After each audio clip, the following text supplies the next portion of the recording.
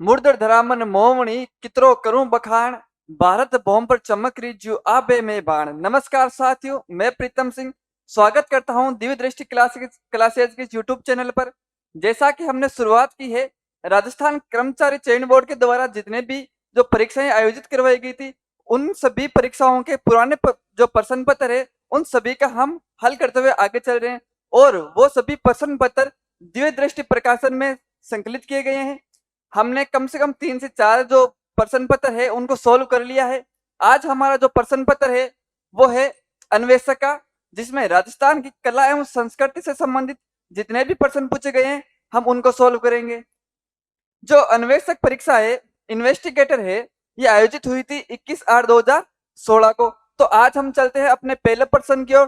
तो हमारा पहला प्रश्न होगा, कौन सा होगा हमारा पहला प्रश्न, देखो आगे। पहला प्रश्न है, जयगढ़ दुर्ग कहाँ स्थित है। अब हमें यह पता करना है कि जयगढ़ दुर्ग है कहां पर। कुंभलगढ़, चित्तौड़गढ़, गागरोन या आमेर, ये 4 जगह दी गई है। इनमें से हमें यह पता करना है कि जयगढ़ दुर्ग है जो कहां पर है। तो हमारा इसमें ऑप्शन जो सही हो जाएगा, जयगढ़ दुर्ग आमेर में है भाई। कहां पर है, आमेर में स्थित है। अब जयगढ़ दुर्ग के बारे में हम थोड़ा बहुत और देख लेते हैं, और कौन कौन सी बातें इसके बारे में है। देखो, जयगढ़ दुर्ग है, पहले जो जयगढ़ दुर्ग बना हुआ है उस जगह को चील का टीला कहा जाता था भाई। चील या चील का टीला कहा जाता था। यहाँ पर जो चील होती है वो बहुत बहुतायत में पाई जाती थी। फिर उनको वहां से हटाकर ये किला बना दिया गया जयगढ़ का। तो इस जगह को चील का टीला कहा जाता था। और क्या है, इसका जो निर्माण है, निर्माण इसका निर्माण करवाया था, शुरू तो जो प्रारंभ तो करवाया था मानसिंह फर्स्ट ने। किसने करवाया था, शुरुआत करवाई थी इसकी दुर्ग की बनवाने की भाई, नींव किसने रख दी, मानसिंह फर्स्ट ने बना शुरू करवा दिया थोड़ा बहुत। पूरा जो है वो करवाया था मिर्जा राजा जयसिंह ने। किसने करवाया, मिर्जा राजा जयसिंह ने करवाया था भाई। ध्यान रखना, पूछा हुआ क्वेश्चन है कि जयगढ़ दुर्ग का निर्माण शुरू किसने करवाया था। शुरू तो करवाया था मानसिंह फर्स्ट ने, और इसका पुनर्निर्माण जो पूरा है, जो निर्माण किसने करवाया था, मिर्जा राजा जयसिंह ने। जयसिंह के नाम से ही इसका नाम जयगढ़ रखा गया। यदि मानसिंह पूरा करवा देते तो इसका नाम मानगढ़ हो जाता शायद। तो जयसिंह जी ने पूरा करवाया तो नाम क्या हो गया, जयगढ़ हो गया। इसमें जयबान एक राजा हुए थे सवाई जयसिंह। कौन से राजा हुए थे, सवाई जयसिंह हुए। उन्होंने इसमें जयबान तोप रखवाई भाई। कोई पूछ ले जयबान तोप कौन से दुर्ग में है, जयबान तोप जयगढ़ दुर्ग में है। और ये जयगढ़ दुर्ग में रखवाई किसने थी, सवाई जयसिंह ने रखवाई थी। ये एशिया की सबसे वजनी या सबसे बड़ी तोप मानी जाती है जयबान तोप। किसने रखवाई थी, सवाई जयसिंह ने। कहां पर रखवाई, जयगढ़ में। ये विशाल टांकों के लिए प्रसिद्ध है अपने। किसके लिए, यहाँ पर विशाल पानी के टांके बनाए गए भाई। विशाल पानी के टांके बनवाए गए। टांके जानते हो, बहुत बड़े बड़े पात्र बनवाए गए थे, विशाल पानी के टांके। और इसमें क्या है, ये है जो खजाना, जो आमेर के जो राजा होते थे, ये आमेर रियासत का खजाना और शस्त्रागार, खजाना और शस्त्रागार कि आमेर रियासत का खजाना किसमें होता था, जयगढ़ में। इसका जो शस्त्रागार यानी जहां पर शस्त्र रखे जाते थे वो कौन सी जगह थी, जयगढ़ में। कि जयगढ़ में खजाना भी था और शस्त्रागार भी था। 1975-76 ईस्वी में, 1975-76 ईस्वी में इंदिरा गांधी अपने प्रधानमंत्री हुए। उस टाइम आपातकाल लगा था, इमरजेंसी। इंदिरा गांधी ने यहाँ पर खुदाई करवाई भाई, ध्यान रखना। क्या करवाई, यहाँ पर खुदाई करवाई। कहते हैं बहुत सारा खजाना निकला था। ऑफिशियली आंकड़ा तो हमें यहाँ पर नहीं मिलता, लेकिन कहते हैं यहाँ से टड़के निकाल के जो निकाल के दिल्ली भेज दी गई थी। अब कितनी सच्चाई है वो तो पता नहीं है। ये तो हम जयपुर वालों को तो पता है, लेकिन हमारे उधर पश्चिमी राजस्थान वाले भी यही बोलते हैं कि उस समय इंदिरा गांधी ने बहुत सारी यहाँ से बहुत सारा खजाना लेकर चले गए थे। अब पता सच्चाई कितनी गई इसकी हम ऑफिशियली जो हम इसकी पुष्टि नहीं करते हैं ना, ध्यान रखना। एक तो ये हो गई। और इसके बारे में क्या है, इसमें सुरंगें बनी हुई है भाई। क्या बनी हुई है, सुरंगें बनी हुई है, इस कारण इसे रहस्यमय दुर्ग कहा जाता है। कौन सा दुर्ग कहा जाता है? रहस्यमय दुर्ग। कि बहुत सारी ऐसी सुरंगें बनाई जाती है कि आपको पता ही नहीं चलेगा हम कहाँ से निकले, कहाँ से अंदर प्रवेश किया, वो पता ही नहीं चलता। तो इसमें इसको हम रहस्य बोलते हैं। तो इस दुर्ग को, इन सुरंगों के कारण रहस्यमय दुर्ग कहा जाता है। एक है इसमें कि ये आमेर के जो राजा थे उनकी संकटकालीन जो स्थल था, क्या था? संकटकालीन स्थल था भाई, ये ध्यान रखना। क्या था? संकटकालीन स्थल था इनका, आमेर वाले राजाओं का। क्या आमेर वाले राजा कभी भी संकट में आते, कोई आक्रमण करता, तो वो यहाँ पर आ जाते। कहां पर आ जाते? जयगढ़ में आ जाते। जयगढ़ दुर्ग है कहां पर? आमेर में है। आमेर यानी आज का जयपुर के पास में जगह पड़ती है आमेर। उस समय आमेर रियासत हुआ करती थी। निर्माण किसने करवाया था? मानसिंह फर्स्ट ने करवाया था। पूरा शुरुआत मानसिंह फर्स्ट ने करवाई, पूरा किसने करवाया? मिर्जा राजा जय सिंह ने। सवाई जय सिंह ने यहाँ पर जयबान तोप रखवाई। और क्या पड़ा? इसमें विशाल पानी के टांके हैं। खजाना व शस्त्रागार, आमेर रियासत का जो खजाना और शस्त्रागार कहां पर था? जयगढ़ में था। 1975-76 ईस्वी में इंदिरा गांधी ने यहाँ पर खुदाई करवाई थी। ध्यान रखना, पूछा हुआ पर्सन ने और भी पूछ लेगा कि इंदिरा गांधी ने 1975 या आपातकाल के समय 1975 में कौन से दुर्ग में खुदाई करवाई, कौन से दुर्ग में यहाँ पर सर्च अभियान चलाया था? कौन सा दुर्ग था वो? जयगढ़ दुर्ग था। इसमें सुरंगें हैं, इन सुरंगों के कारण इसे रहस्यमय दुर्ग कहा जाता है। और इनका संकटकालीन दुर्ग या संकटकालीन राजधानी कौन सा था? जयगढ़ दुर्ग था। कुंभलगढ़ राजसमंद में एक जगह पड़ती है। कहां पर है? राजसमंद में। चित्तौड़ जानते हो। गागरोन का जो दुर्ग है वो झालावाड़ में है। कहां पर है? झालावाड़ में। हमारा अगला प्रश्न है वो है दादू पंथ की कितनी शाखाएं थी? दादू पंथ, जो दादू पंथी संप्रदाय है, जिन दादू दयाल जी ने इसकी स्थापना की थी, इसमें शाखाएं कितनी है, कि कितने ब्रांचेज में ये वापस बंट गया था? तो इसकी ब्रांचेज है वो 5 थी। कितनी शाखाएं थी? 5 थी। थोड़ा बहुत हम इनका नाम देख लेते हैं। एक तो थी खालसा। क्या नाम था? खालसा। एक का नाम है विरक्त। क्या है? विरक्त।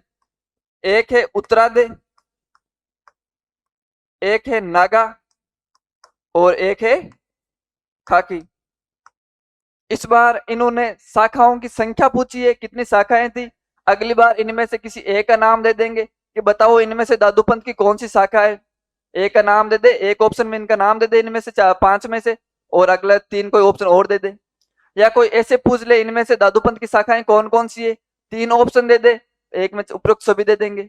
ऐसा कुछ भी क्वेश्चन बना सकते हैं, लेकिन पूछेंगे इनमें से ही, घुमा फिरा के क्वेश्चन इनमें से ही पूछे जाते हैं। तो शाखाएं कितनी है? 5 है। कौन कौन सी है? खालसा, विरक्त, उत्तरादे, खाकी और नागा। समझ में आ गई? 5 शाखाएं हैं, 5 के नाम हमने देख लिए। अगला हमारा प्रश्न है वो है लोक देवता जम्बोजी का जन्म कब हुआ था? लोक देवता जाम्बोजी, इनका जन्म कब हुआ था? 1351 ईस्वी, 1451 ईस्वी, 1551 ईस्वी, 1651 ईस्वी। तो जन्म हुआ था इनका 1451 ईस्वी में। कब हुआ था? 1451 ईस्वी में हुआ था। देखो जन्म हुआ था इनका, जन्म स्थान देख लेते हैं। जन्म स्थान कहां पर जन्म हुआ था इनका? नागौर में एक जगह पड़ती है पीपासर। कौन सी जगह पड़ती है? पीपासर पड़ती है। हुआ कब था? 1451 ईस्वी में। इनके जो पिता थे वो थे लोहट जी। कौन थे? लोहट जी थे। माता है इनकी, माता का नाम था हंसाबाई था। क्या नाम था? हंसाबाई था। इनके बचपन का नाम है, बचपन का नाम है इनका धनराज। क्या नाम है भाई? बचपन का नाम है इनका धनराज है। समझ में आ गई? और ये पंवार राजपूत थे। कौन से राजपूत थे? पंवार राजपूत थे। 1482 ईस्वी में,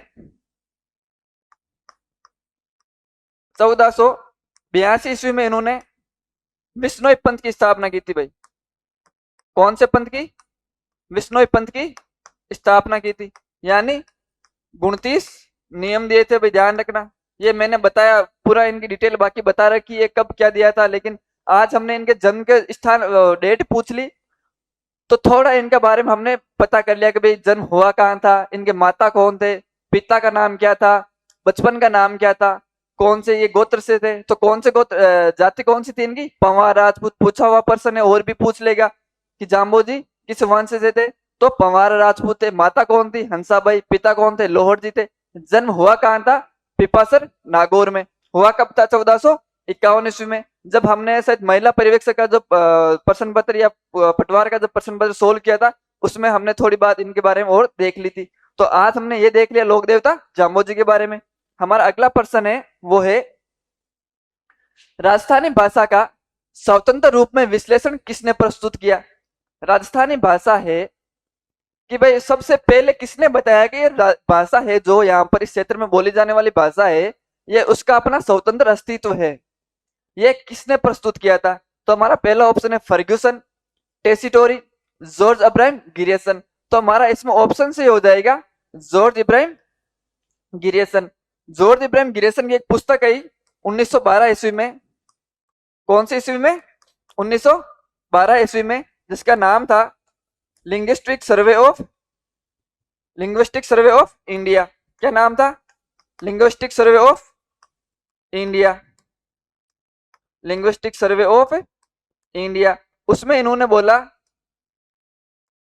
इसमें इन्होंने लिखा कि भाई इस क्षेत्र में बोले जाने वाली भाषा का नाम राजस्थानी है और ये अपना स्वतंत्र अस्तित्व रखती है। भाषा कौन सी है, राजस्थानी है। भाई ध्यान रखना, किसने प्रस्तुत किया स्वतंत्र रूप से इसका, तो जॉर्ज इब्राहिम गिरियसन ने किया था। अगला प्रश्न है हमारा वो है, जयपुर राज्य में तोप के लिए दूसरा क्या शब्द प्रयुक्त होता है। जयपुर राज्य मतलब आज का जयपुर जिला, उस समय का अपने आप में राज्य था, रियासत काल में उसको राज्य ही बोल सकते हैं कि उसका अपना झंडा होता था, मुद्रा होती थी, अपनी सेना होती थी, अपने नियम होते थे, राजतंत्र था।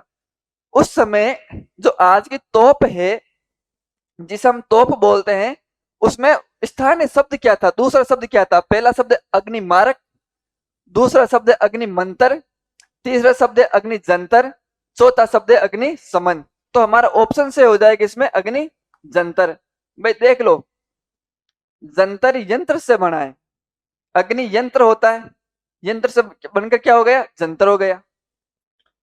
कि मतलब वो जैसे अपने तोप से आग के गोले बरसाए जाते थे, उसी आधार पर नाम बन गया अग्नि का जंतर, की जिससे अग्नि निकलती हो, वो कौन सा जंतर है, अग्नि जंतर।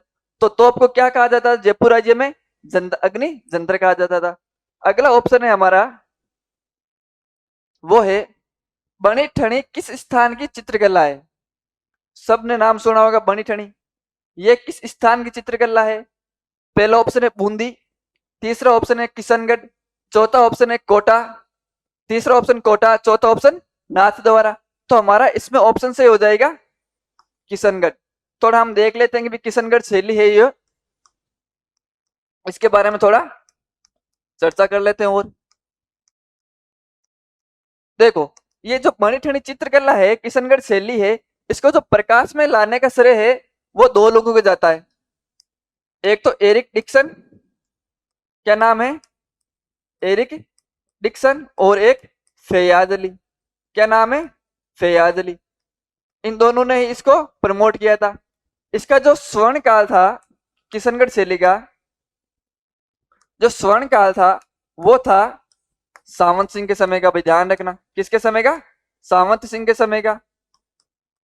इसका दूसरा नाम है नागरीदास, क्या नाम है, नागरीदास। पूछा गया प्रश्न है कि किशनगढ़ शैली का, चित्रकला शैली का स्वर्ण काल कौन सा था। इसमें कभी सावंत सिंह ऑप्शन में आता है तो कभी नागरीदास आता है, तो कौन सा ऑप्शन आएगा, नागरीदास या सावंत सिंह था। इसकी एक प्रेमिका थी सावंत सिंह की, जिसका नाम था रसिक बिहारी, क्या नाम था, रसिक बिहारी, क्या नाम था, रसिक बिहारी। इसकी जो तस्वीर है उसको ही बनी ठनी कहा जाता है। भाई ध्यान रखना, क्या कहा जाता है, इसको ही बनी ठनी कहा जाता है। जो एरिक डिक्सन है, एरिक डिक्सन ने इसको भारत की मोनालिसा कहा है। क्या कहा है, भारत की मोनालिसा। कोई पूछ ले भारत की मोनालिसा किस पेंटिंग को कहा जाता है, तो किस पेंटिंग को कहा जाता है, बनी ठनी पेंटिंग को कहा जाता है। किसने कहा है, एरिक डिक्सन ने कहा है। इसका जो चित्रकार है, मणिठणी का जो चित्रकार है वो है मयूर ध्वज निहाल चंद। कौन है? मयूर ध्वज निहाल चंद। देखो पूरा का पूरा हमने लगभग ये चीजें देख ली। मणिठणी को प्रकाश में लाने का श्रेय किसको जाता है? फैयाज अली और एरिक डिक्सन को जाता है। इसका स्वर्णकाल कौन सा था? तो स्वर्णकाल कौन सा था? सावन सिंह के समय का था। ये मणिठणी किसकी तस्वीर है? तो सावन सिंह एक प्रेमिका है, रसिक बिहारी। इसकी पेंटिंग को मणिठणी कहा जाता है। इसको भारत की मोनालिसा कहा जाता है। और इसने भारत की मोनालिसा कहा किसने कहा है? तो किसने कहा? एरिक डिक्सन ने कहा है। मणिठणी का जो चित्रकार था वो कौन था? मयूरचंद निहाल चंद, मयूर ध्वज निहाल चंद था। देखो हमने 1% से कम पूरी की पूरी चित्रकला देख ली मणिठणी की, जो मेन एग्जाम के पॉइंट के हिसाब से जो आने वाले हैं। तो आप जुड़े रहिए हमारे इस चैनल के साथ और लास्ट तक देखते रहिए, और इसको लाइक कीजिए, सब्सक्राइब कीजिए, और जितने कमेंट करने अच्छे थे वो कर दीजिए, सारे के सारे करने वो कर दीजिए। हमारा अगला प्रश्न है वो है डाकन प्रथा को अवैध घोषित करने वाली सर्वप्रथम राजस्थान की कौन सी रियासत थी? पहला ऑप्शन है जयपुर, जोधपुर, बीकानेर, उदयपुर। डाकन प्रथा मुझे नहीं लगता कि भाई आज भी आज तो आजकल वाले बच्चे तो शायद ही जाने। बाकी जो 90s वाले बच्चे हैं, 90s जो 2000 तक वाले बच्चे, वो सब जानते होंगे डाकन। आजकल डाकन शब्द सुनते हैं, ज्यादा तो नहीं है लेकिन सुनते तो जरूर है।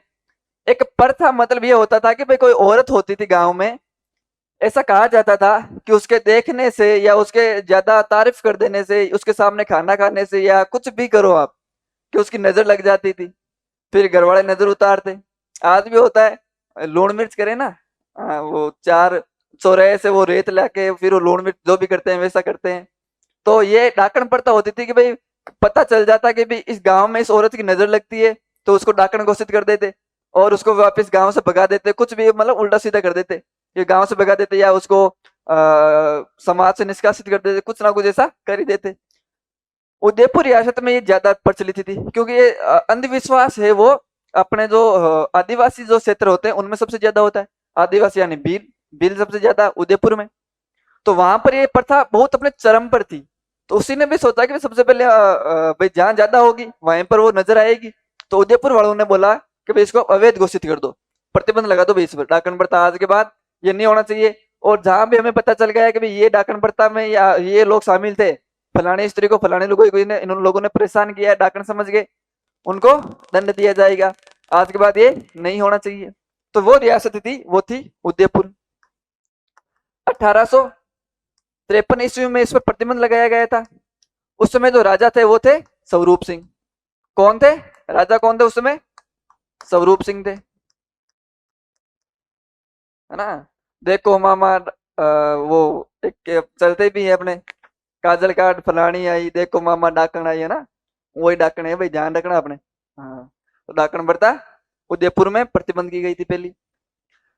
अगला प्रश्न है हमारा, सवई भोज का मेला भीलवाड़ा आसीन, भीलवाड़ा में एक जगह पड़ती है आसीन में, प्रतिवर्ष किस समय लगता है? भाद्रपद शुक्ल अष्टमी, भाद्रपद शुक्ल सप्तमी, भाद्रपद कृष्ण अष्टमी, भाद्रपद कृष्ण सप्तमी। तो भाइयों आपको मैंने पहले ही बता रखा है, अपने कल्चर से अभी जो चयन बोर्ड का जो पैटर्न है वो कल्चर पर ज्यादा झुकाव है उसका, कि भाई राजस्थान वाले हैं, राजस्थान के लोग हैं, राजस्थान में कोई भी पटवारी बनेगा, ग्राम सेवक बनेगा, मास्टर बनेगा, कुछ भी बनेगा भाई राजस्थान में बनेगा। इन सबको अपने स्थानीय संस्कृति के बारे में पता तो होना चाहिए, ये उनको पता ही नहीं है। कोई पटवारी बन गया, कोई मास्टर बन गया, अपने गांव के पास में कोई मेला भरा, पता ही नहीं उसको किसका मेला है। थोड़ा बहुत इनको इसके बारे में जानकारी तो होनी चाहिए। तो इसका जो झुकाव है कल्चर की तरफ, अभी शुरुआत में इसने ज्योग्राफी पे ज्यादा जो प्रेशराइज किया था, ज्योग्राफी की ज्यादा प्रश्न पुटअप करता था। फिर इसने हिस्ट्री पे ज्यादा प्रश्न पूछने शुरू किए, अब ये कल्चर पे ज्यादा करता है।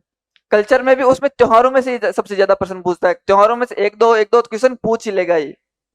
इसलिए हमें अपने जो हिंदी जो महीने हैं, मम्मी वाले जो महीने, उनके 12 के 12 महीनों के नाम याद होने चाहिए और उनका जो पूरा का पूरा पैटर्न हमें याद होना चाहिए। तो हमारा जो पर्सन है वो है कि सवाई भोज देवनारायण जी के पिताजी थे, अपने लोक देवता थे देवनारायण जी। देवनारायण जी लोक देवता थे, इनके पिताजी थे भाई ये सवाई भोज। इनका जो मेला कब पड़ता है, तो हमारा ऑप्शन सही हो जाएगा इसमें भाद्रपद शुक्ल सप्तमी को, कि भाद्रपद शुक्ल सप्तमी को आसीन भीलवाड़ा में जो जगह पड़ती है वहां पर सवाई भोज का मेला पड़ता है, भाई ध्यान रखना। अगला प्रश्न है हमारा, चांद बावड़ी किस स्थान पर स्थित है? एक बावड़ी है, बावड़ी जान तो स्टेप वेल, वेलियन कुआं, वो कुआं जिसमें स्टेप लगी हुई होती है, पायरी जो क्या बोलते हैं पगती है ना, पगतियां लगाओ ना जो नीचे उतरने के लिए, कुआं तो होता है उसमें सीधा पानी निकालते हैं बाहर खड़े रहकर। बावड़ी होती है, हम उसमें चारों तरफ पेड़ियां लगी होती है, उसमें हम नीचे उतर कर पानी भरते हैं, उसे बोलते हैं बावड़ी बोलते हैं।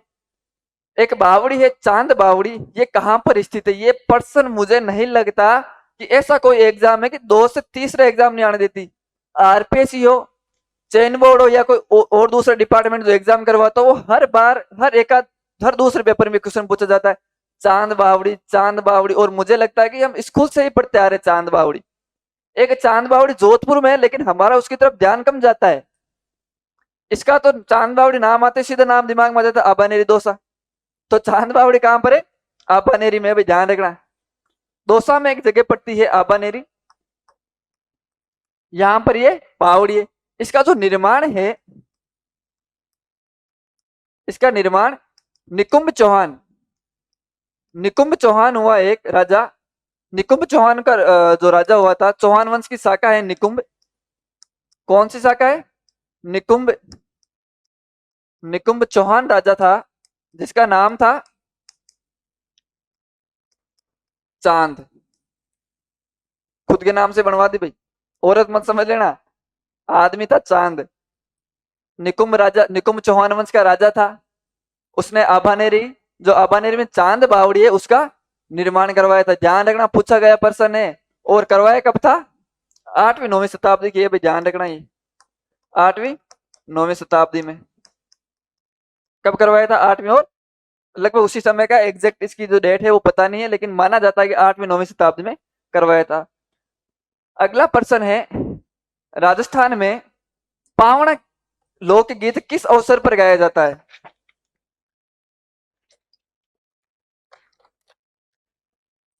कि राजस्थान में पावना लोकगीत किस अवसर पर गाया जाता है?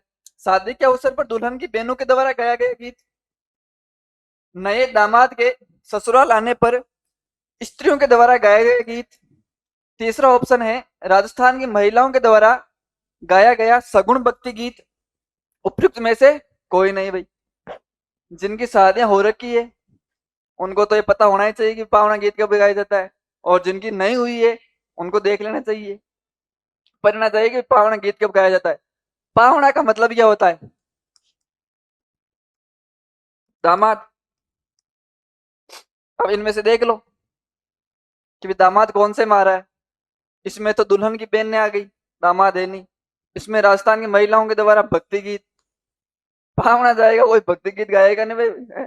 माता जी पिताजी वाले गीत तो गाए नहीं जाते उस समय पावना जब आता है। तो पावना उसमें दामाद कौन से में? दामाद है इसमें नए दामाद के ससुराल आने पर स्त्रियों के द्वारा गाया गया गीत। इसमें इस बार सही ही पूछा है कि नए दामाद आने के बाद, कि पावना गीत आजकल तो उसी समय गाया जाता है, 1-2 बार ही, कि शादी हो गई और शादी होने के बाद पावना सारी पे जाते हैं, पावना सारी पे जाते हैं, उसी समय गाया जाता है, एक बार ही गाया जाता है। पहले क्या होता कि जो दामाद होता, जवाई होता, वो 5-6 साल बाद अपने ससुराल जाता। ससुराल उस समय जाता भाई, कभी कोई ब्याह उठाना हो, कोई छोटा मोटा आना टाना हो, उसी में जाता। डेली वेली ऐसा कोई नॉर्मल तो कभी कभार ही उधर जाता, वो कभी चला जाता था। बाकी 5-6 सालों के बाद ही अपने ससुराल जाता था। तो उनको होता था कि भाई पावना आए, अपने जवाई सा आए, उनका लाडकोड करते, गीत गाते, अच्छे अच्छे बड़े बड़े बढ़िया बढ़िया पकवान बनाते, वो एक अलग उसमें उत्साह होता था। अब आजकल वाले पावने हर दूसरे दिन वहां बैठे रहते हैं, तो डेली डेली गीत गाए ही कौन, कि डेली आ जाता है पावना। ये तो अपने राजस्थानी में एक कहावत भी है कि एक दिन को पावनो दूसरे दिन अनकावणो, कि पावना तो कितने दिन का है? एक दिन का है। यदि पावना ससुराल में एक से ज्यादा दिन रहता तो अनकावणा हो जाता है। अजीब लगता है कि भाई ये क्या डेली डेली आ जाता है। तो पहले ही गाया जाता था कि पहले ज्यादा कम पावना कम ही जाते थे तो गीत गाए जाते थे, आजकल कम ही गाए जाते, एक बार ही गाया जाता है नया दामाद जब जाता है। तो छोरू ध्यान रखना भाई, अपने को जो पुरानी प्रतिष्ठा है पावना शब्द की, उसकी गरिमा को वापस लाना है तो डेली डेली ससुराल में जाया करो, क्या पढ़ रहे तो वहां पूरे पूरे दिन, ध्यान रखना। तो नए दामाद के ससुराल आने पर स्त्रियों के द्वारा गाया गया गीत कौन सा है? पावना है। समझ में आ गई? और ये गीत भी बहुत पूछे जाते हैं आजकल, जिनको नहीं आता वो सीख लो, वरना ये नहीं कि भाई, और मुझे लगता है कि भाई अब किसी लड़कियों को तो आता ही नहीं गीत सा किसी कोई से भी, आजकल लड़कियों को पूछ लो कोई गीत आते हैं कि नहीं आते। मुझे तो लगता है कि आने वाले दिनों में जो ये गीत है शादियों, जो शादियों में ब्याहों में गीत गाए जाते हैं, ये अपने डीजे पे जो आजकल चलते हैं ना, तुलसाराम के, गजेंद्र अजमेरा के, इनके जो यूट्यूब चला के वहां पर रखना पड़ेगा। बाकी आने वाली पीढ़ियों में तो कोई गीत नहीं आए, बाकी सीख लो गीत, काम के गीत है अपने, है ना, संस्कृति से जुड़े हुए हैं, संस्कृति का जुड़ाव गीतों से इनसे ही होता है। हाँ, तो गीत आने चाहिए, वरना हम लोगों को सीखना पड़ेगा भाई ये। सूर्यमल मिश्रण का जन्म कहाँ हुआ था? पहला ऑप्शन है बूंदी, दूसरा बारा, तीसरा बांसवाड़ा, चौथा बाड़मेर। तो सूर्यमल मिश्रण का जन्म हुआ था, वो होता बूंदी में हुआ था। मैंने इनकी किताबें पहले ही बता दी थी, आज और बता देता हूँ। एक किताब है वीर सतसई, एक है बलवंत विलास, बलवंत विलास सत्तीरासो, कौन सी है? सत्तीरासो। छंद मयूख, छंद मयूख, राम रंजाट, धातु रूपावली। ये मुख्य मुख्य किताबें हैं, बाकी बहुत सारी इन्होंने लिखी थी। और एक मुख्य किताब है, वो है वंश भास्कर। मैंने पहले इसकी डिटेल बारे में बता दिया था, सारी किताबें एक बार और देख लो। इनका जन्म कहाँ हुआ था? वो हुआ था बूंदी में हुआ था। बूंदी में राम सिंह सेकंड जो राजा थे उनके ये दरबारी थे भाई, ध्यान रखना। बूंदी के राम सिंह सेकंड है, उनके दरबारी थे भाई, ध्यान रखना। किसके दरबारी थे? इस बार ये पूछा है, अगली बार ये पूछ लेगा कि सूर्यमल मिश्रण है जो कौन से राजा के दरबारी थे? बूंदी के राजा हुए थे राम सिंह सेकंड, उनके ये दरबारी थे। अगला प्रश्न है हमारा, वो है निम्न में से किस पुस्तक के लेखक केडी अर्शकिन नहीं थे? मुझे पता नहीं है कि चयन बोर्ड ने क्वेश्चन क्यों छापा, उसका कोई मोटिव ही नहीं रहा होगा और ये क्वेश्चन डिलीट किया हुआ भाई, ध्यान रखना। ये क्वेश्चन डिलीट कर दिया भाई, छापने वाले को पता नहीं उसने क्या छापा था, और हमें समझ में नहीं आएगा भाई ये क्या है। केडी अर्शकिन नहीं थे, पता नहीं, कोई समझ में नहीं आ रहा था, कोई राइटर हुए होंगे, लेकिन डिलीट कर दिया इनको। हमने भी ज्यादा इसकी डिटेल में फिर जाने के गोथे लगाने की इसमें कोशिश ही नहीं की, तो आप भी मत करना। तो हमारे आज के क्वेश्चन थे 11 मुख्य मुख्य, हमने सारे के सारे देख लिए हैं। आज की क्लास हमारी इतनी सी थी। यदि आपको क्लास अच्छी लगे, लाइक कर दिया करो, शेयर कर दिया करो, इस चैनल को नए हो सब्सक्राइब करो, और जो हमारे दिव्य दृष्टि जो प्रकाशन है, इसको आप कहीं से भी मंगा सकते हो। इसका जो नया संस्करण है वो जून के लास्ट सप्ताह में आ जाएगा। तो ये पुराने क्वेश्चन पेपर हमारे लिए बहुत ही, जो तैयारी में बहुत ही रामबाण साबित हो सकते हैं। तो भाई आज के लिए इतना ही बस, धन्यवाद।